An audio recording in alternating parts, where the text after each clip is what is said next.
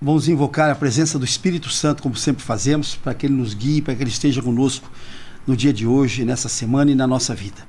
Ó Espírito Santo de Deus, nós te invocamos para que Tu mores no nosso coração, para que Tu entres em nosso corpo, para que nos guies da nossa vida, para que saibamos qual é a perfeita, agradável e boa vontade de Deus.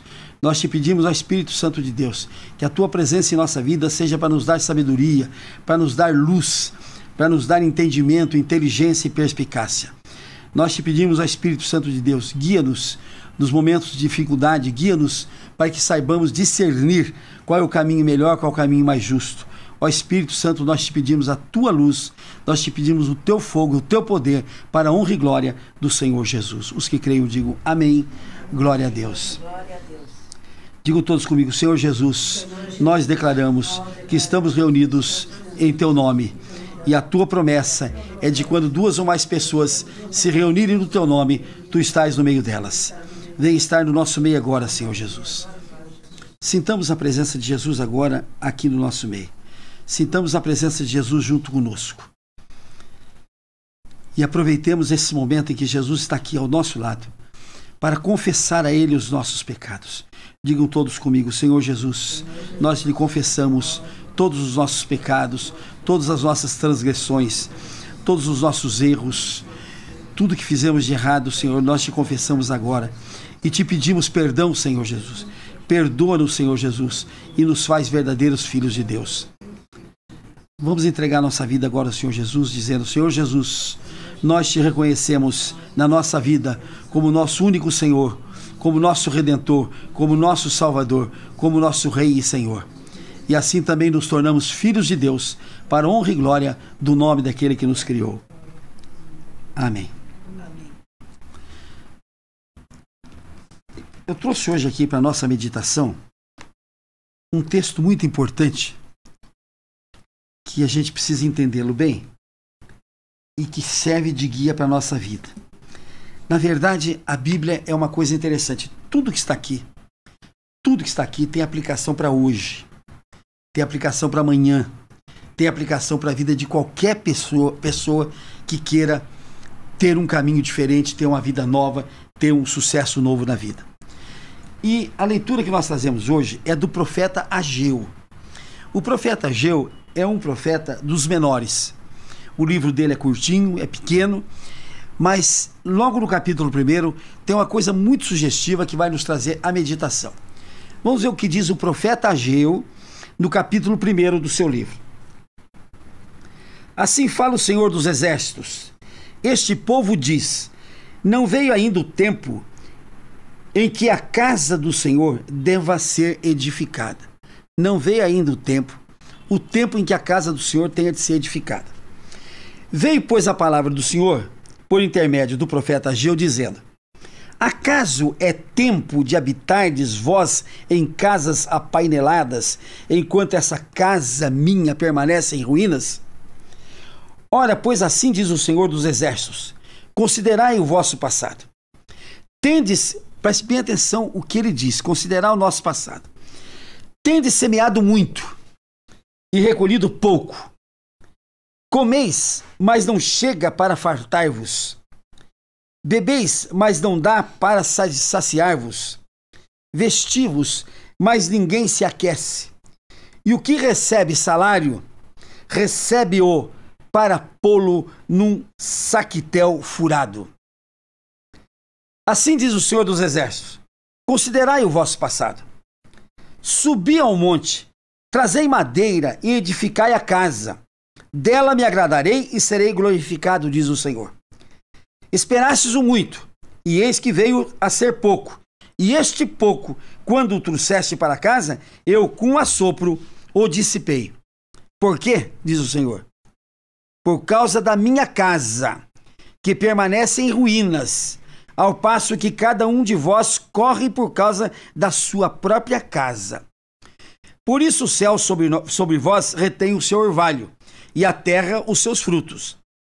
Fiz ver a seca sobre a terra e sobre os montes, sobre o cereal, sobre o vinho, sobre o azeite e sobre o que a terra produz, como também sobre os homens, sobre os animais e sobre todo o trabalho das mãos. Aí vocês perguntam o seguinte: isso foi no tempo de Ageu. Neste tempo, o que acontecia? O templo que tinha sido construído por Salomão tinha sido destruído pelos babilônios. Os babilônios chegaram em Jerusalém e destruíram todo o templo de Jerusalém. Destruíram tudo. E destruíram por quê? Porque todo o templo de Salomão foi feito em ouro. Era ouro de tudo quanto era lado, era ouro de tudo quanto é coisa. Então destruíram o templo. Muito bem. Aí, isso serve para nós hoje, quando a gente vê, por exemplo, o tanto de igreja que tem por aí, em tudo quanto é lugar, em tudo quanto é esquina, é igreja católica, é igreja metodista, é igreja presbiteriana, é igreja evangélica, é igreja de tudo quanto é jeito. Isso serviria para nós, que Deus quer que se construa a casa dele? Primeiro vem a seguinte discussão: toda igreja é a casa de Deus? Toda igreja é a casa do Senhor? Deus está em todas as igrejas? Ele diz uma frase assim: nunca estarei na casa onde há ídolos. Está aqui na Bíblia. Nunca estarei na casa onde há ídolos. Deus não concorre com ídolo. Deus não concorre com ninguém. Deus não concorre com quem quer que seja. Então ele diz: eu nunca estarei na casa onde há ídolos. Então já excluímos algumas igrejas que estão cheias de ídolos, cheias de imagens, onde Deus textualmente diz: ali não estarei. Aí, será que ele está, por exemplo, na igreja daquele pastor que na parada gay foi lá e disse que a diversidade sexual é uma bênção? Agora vamos explicar. Ele virou essa frase. Realmente, a diversidade feita por Deus é uma bênção. Ele fez homem e mulher. Nada mais abençoado que isso. Foi a coisa mais abençoada que Deus fez, homem e mulher. Aí o homem diz assim, segundo os rabinos judaicos: vamos avançar na lei de Deus. Vamos criar mais coisas do que Deus criou. Deus não foi completo, Deus foi um tontão. Deus fez um pedaço, nós temos que fazer o resto. Então vamos criar o homossexualismo, porque vamos repaginar o homossexualismo, vamos oficializar o homossexualismo, porque é uma diversidade que nós, homens, queremos que seja abençoada. Ou então aquela igreja daquele outro pastor que na parada gay diz que o mandamento de Deus é amai-vos uns aos outros. E é realmente, amai-vos uns aos outros, é o mandamento de Deus. Mas vamos ver na Escritura Sagrada a palavra amor, o que significa. Primeiro tem a palavra storge, em hebraico, que significa o amor filial, o amor do pai para o filho, o amor do filho para o pai, o amor dos irmãos, é o storge. Depois tem o filéu, que é o amor entre amigos, o amor entre amigos. Depois tem o ágape, que é o amor de Deus para nós. E depois tem o eros, que é o amor entre os esposos. E quando Deus diz amai-vos uns aos outros, ele não usou a palavra eros, ele usou a palavra ágape, que significa amor de Deus para nós e amor nosso para com Deus. Então a frase amai-vos uns aos outros, dita na Bíblia, é o amor filéu, é o amor ágape, é o amor entre irmãos, é o amor de Deus para conosco e de nós para Deus. Não é o amor eros, que Deus não usou quando deu este mandamento. Então a primeira pergunta que se faz é esta: será que Deus está em todas as casas que se constroem no seu nome? Por exemplo, em Salvador, na Bahia, tem 360 igrejas, feitas por pessoas que eram levadas a fazê-las porque a Igreja Católica prometia a indulgência plenária para quem construísse uma igreja. Ou seja, você aprontou toda a desgraceira maior no mundo, você fez tudo que você quis de errado, aí você construiu uma igreja, você estava perdoado de tudo e você tinha a garantia do céu. Que a indulgência plenária é a garantia do céu. A indulgência plenária é a certeza do céu. E nenhuma igreja tem esse direito. Nenhuma igreja dispõe de depósito de indulgência plenária para dar a quem quer que seja. A única indulgência plenária que existe na história do mundo é o sangue de Jesus derramado por nós, é a vida de Jesus derramada por nós. Essa sim é que nos garante os céus. Então, aqui no livro de Ageu, Deus se mostra desagradado porque o templo dele estava em ruínas, enquanto o povo estava correndo atrás das suas casas bonitas, das suas propriedades, das suas instâncias. Então, o povo estava correndo atrás de suas casas e o templo de Deus estava em ruínas. E a minha pergunta é esta: então, será que Deus se queixou porque o templo não estava sendo construído? E será que Deus hoje se queixaria porque não existem igrejas bastantes, esquinas bastantes para agasalhar igrejas? E a minha pergunta é essa: e será que todas as igrejas que são erguidas, elas têm a presença de Deus? Vamos ver na Bíblia. Vamos ver na própria Bíblia. No livro de Jeremias, no capítulo 7. Olha o que está escrito assim: assim diz o Senhor dos Exércitos, o Deus de Israel: emendai os vossos caminhos e as vossas obras, e eu vos farei habitar neste lugar. Não confieis em palavras falsas, dizendo: templo do Senhor, templo do Senhor, templo do Senhor é este. Mas, se deveras emendardes os vossos caminhos e as vossas obras, se deveras praticardes a justiça, cada um com o seu próximo, se não oprimirdes o estrangeiro e o órfão e a viúva, nem derramardes sangue inocente neste lugar, nem andardes após outros deuses para vosso próprio mal, eu vos farei habitar neste lugar, na terra que dei a vossos pais, desde os tempos antigos e para sempre. Eis que vós confiais em palavras falsas, que para nada vos aproveitam. Que é isso? Furtais e matais, cometeis adultério e jurais falsamente. Queimais incenso a Baal e andais após outros deuses que não conheceis. Quanto incenso a Igreja Católica joga nos seus santos, joga nos seus padres, joga nos seus bispos, joga nos seus cardeais, incenso. E Deus diz assim: queimais incenso a Baal. Veja bem. E depois vindes, e depois que faz tudo isso errado, vindes e vos pondes diante de mim nesta casa, que se chama pelo meu nome, e dizeis: estamos salvos.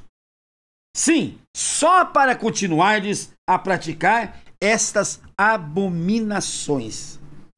Será esta casa que se chama pelo meu nome um covil de salteadores aos vossos olhos? Eis que eu mesmo vi, diz o Senhor. Essa expressão covil de salteadores, ela não é nova na nossa vida. Jesus, quando entrou no templo e viu os vendilhões que estavam lá vendendo toda sorte de coisa, o templo tinha se tornado um mercado. Jesus pega de um relho e vai e tira todo mundo de lá. Olha a coragem dele, aquelas bancas, ele virou aquilo tudo, ele jogou aquilo tudo no chão, ele botou todo mundo para fora do templo e dizendo: isso aqui é a minha casa, é a casa de Deus, é a casa do Senhor, e vós transformardes em covil de salteadores. Mas ide agora ao meu lugar que estava em Siló.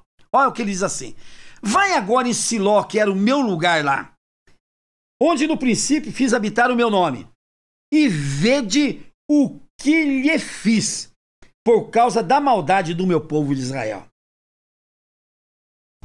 Quando ele lembra aqui Siló, é importante que ele saiba o que foi Siló. Siló foi uma cidade onde Deus disse habitar no primeiro momento. A cidade é minha, diz Deus, essa é a minha cidade. Aí foi construído um templo em Siló. E lá Siló se perverteu. Siló entrou no pecado, entrou no erro. E um dia Deus destrói o templo de Siló, matando todo mundo que estava lá dentro. Então ele está lembrando aquela hora: vê o que eu fiz com Siló. Não adianta correr para o templo. Não adianta correr para o templo e ficar lá dentro e dizendo: agora eu estou na casa do Senhor. Ou agora eu estou aqui na casa de Deus. Nada disso resolve. Veja o que diz aqui no capítulo 1, eu não tinha anotado isso, mas me lembrei agora.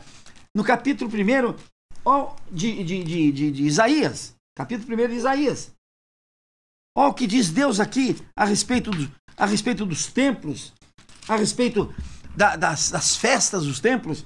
Olha aqui, já estou farto das vossas reuniões, estou farto dos vossos louvores, estou farto do que vocês fazem dentro do templo.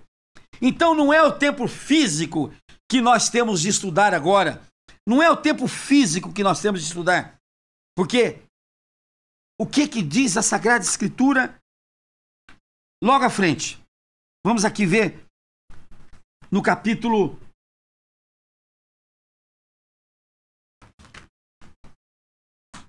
'Vamos ver o que diz a Escritura Sagrada em Atos.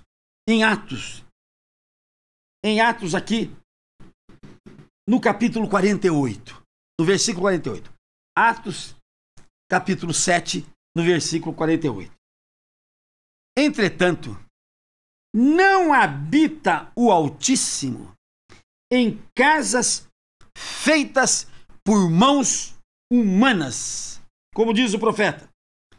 Olha o que diz Deus: o céu é o meu trono e a terra o estrado dos meus pés. Que casa me edificareis, diz o Senhor, ou qual é o lugar do meu repouso? Não foi porventura a minha mão que fez todas essas coisas? Homens de dura cerviz e incircuncisos de coração e de ouvidos, vós sempre resistis ao Espírito Santo, assim como fizeram vossos pais, também vós fazeis. Então aqui em Atos dos Apóstolos, quem está falando isso é Estevão, que estava de pé diante do Sinédrio, se defendendo. E ele estava explicando num sermão comprido qual era a teoria cristã. Depois Estevão é levado dali e é apedrejado. Foi o primeiro homem cristão apedrejado. Mas ele diz claramente, inspirado pelo Espírito Santo: entretanto, não habita o Altíssimo em casas feitas por mãos humanas, como diz o profeta. Então ficamos num impasse. No livro de Ageu, Deus se queixa porque o templo dele está em ruína. Então ele corta os benefícios do povo, ele corta as bênçãos do povo, porque o povo não lhe constrói um templo. Mas aí nós vamos em Jeremias e vamos ver que ele diz que aquele templo que está ali não resolve de nada. E ele diz: eu cheguei a destruir um templo porque vocês iam ao templo, mas continuavam mentindo, roubando, continuavam furtando, continuavam fazendo toda sorte de coisas desagradáveis a Deus. E aí Estevão, um pouco antes de morrer, ele diz: o Altíssimo não habita em casas feitas por mãos humanas. Então vamos entender bem o texto de Ageu. O que Deus queria falar por intermédio de Ageu para nós na geração de hoje? Vamos aqui analisar esse texto aqui de primeira epístola de Paulo aos Coríntios. Primeira epístola de Paulo aos Coríntios, no capítulo 3, ele diz assim: porque de Deus somos cooperadores, lavoura de Deus, edifício de Deus sois vós. Mais para frente um pouquinho, olha o que diz Paulo ainda na epístola, primeira epístola aos Coríntios, no capítulo 2, no versículo 16. Não sabeis que sois santuário de Deus e que o Espírito Santo de Deus habita em vós? Aqui está explicado o que Deus quer falar a respeito do seu santuário. Deus não se incomoda com santuários erguidos com pedra, com cal, com ouro, com prata, com essas coisas todas.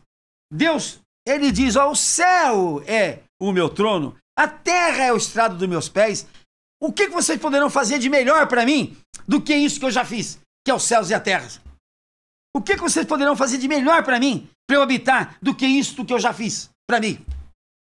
Então não é isso que Deus quer. O que Deus quer é isto. Ele diz assim: ele quer habitar dentro de nós. Ele quer que nós sejamos habitação dele. Não sabeis que sois santuário de Deus e que o Espírito de Deus habita em vós?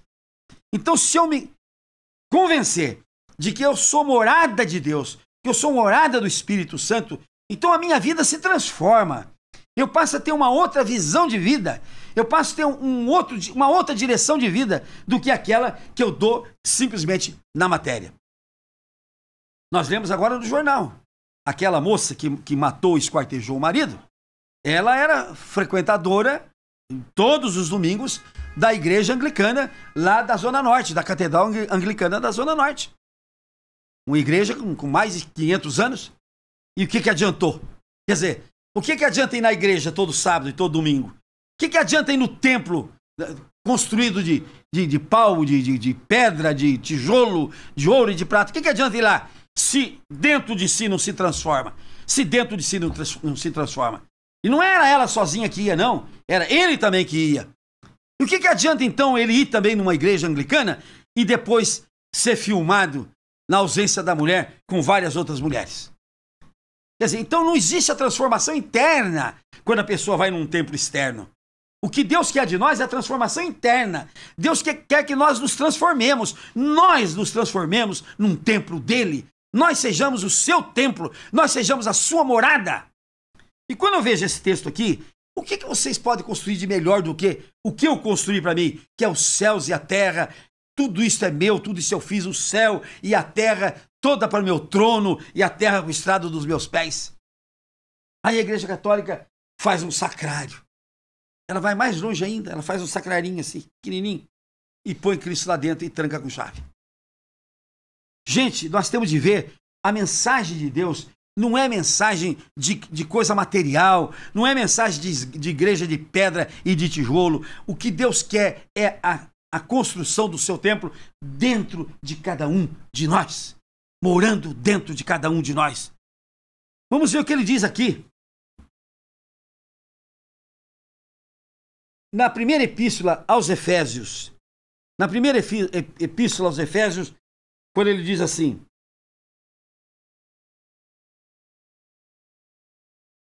aonde que eu notei a epístola? Assim habite Cristo no vosso coração.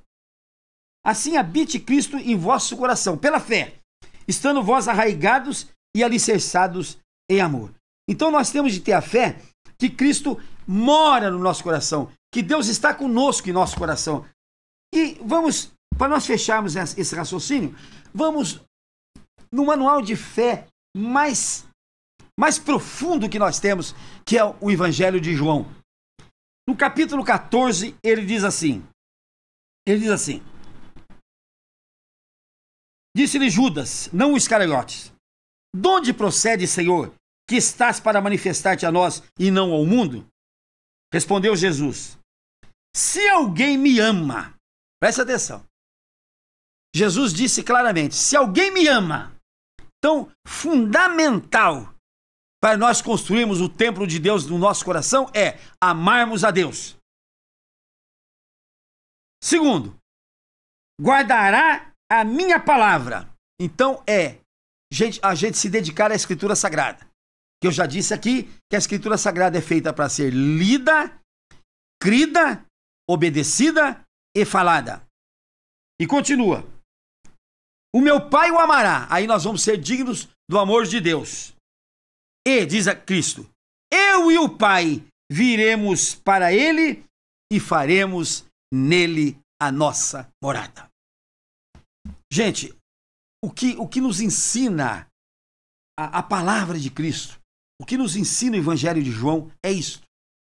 Se nós amarmos a Deus e se nós guardarmos a sua palavra, porque guardar a palavra de Deus é cumprir todos os mandamentos. Guardar a palavra de Deus é fazer tudo completo. Não existe nada fora da palavra de Deus.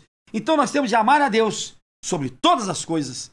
E depois nós temos de guardar a palavra de Deus. E quando a gente guarda a palavra de Deus e ama a Deus, então está escrito aqui, o Pai nos ama. E Jesus diz, e nós viremos e faremos nele a nossa morada. Olha a promessa de Deus para nós.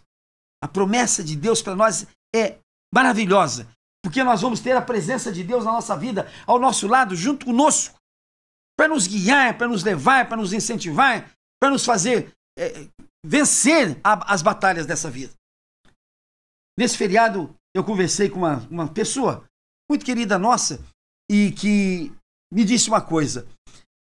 Ela disse para mim assim, dos meus 15 anos aos meus 18 anos, eu tive um intenso relacionamento com Jesus. Ela disse para mim, eu tive um intenso relacionamento com Jesus. Eu falei, o que você achou dos seus 15 até os 18 anos? Ela disse, foi o melhor tempo da minha vida. Mas era uma coisa tão linda, tão linda, tão linda, que eu vivia Cristo, eu vivia Jesus, dos 15 aos 18 anos. Fui feliz, foi uma vida maravilhosa. Agora, eu esfriei. E ela disse para mim, eu fico a lhe perguntar, Francisco, e se quando você chegar lá no céu, ou chegar na outra vida, você souber que tudo isso que você fala é mentira, que tudo isso não é verdade, que tudo isso é criação humana, que decepção você vai ter, né? Eu disse para ela, minha filha, a minha decepção, se eu chegar lá e isso não for verdade, é muito menor que a decepção quando você chegar lá e souber que isso é verdade. Porque se eu chegar lá e souber que tudo isso que eu fiz não é verdade, eu pelo menos procurei viver uma vida certa, honesta, decente. Se não é para Deus, para alguém há de ser. Agora, e se você, que não crê em nada disso e vive uma vida devassa, uma vida qualquer, quando você chegar lá e souber que isso é verdade, hein, minha filha? Que situação, hein? Não há para voltar mais, não tem mais jeito de voltar, não tem mais jeito de começar de novo, você tá frite e enfarinate, né? Ela disse, é verdade, agora você falou certo. Mas eu vou fazer força então de voltar aos meus 15 anos e de ter de novo um relacionamento com Jesus. Gente, aqui está a verdade. Jesus disse, eu sou o caminho, a verdade e a vida. É claro que eu estou pregando, eu estou falando para aqueles que querem crer na Escritura Sagrada. Eu não estou falando para aqueles que não querem crer. Porque aqueles que não querem crer vão dizer, você está falando balela, eu não quero escutar essa conversa sua. Mas aqueles que querem crer, aqueles que querem viver, aqueles que querem ter uma nova vida, aqueles que querem ter um novo visual para viver uma nova vida, ele vai crer nisso aqui. E aí, crendo, está escrito aqui, aquele que ama a Deus e guarda esta palavra de Deus, o Pai o amará.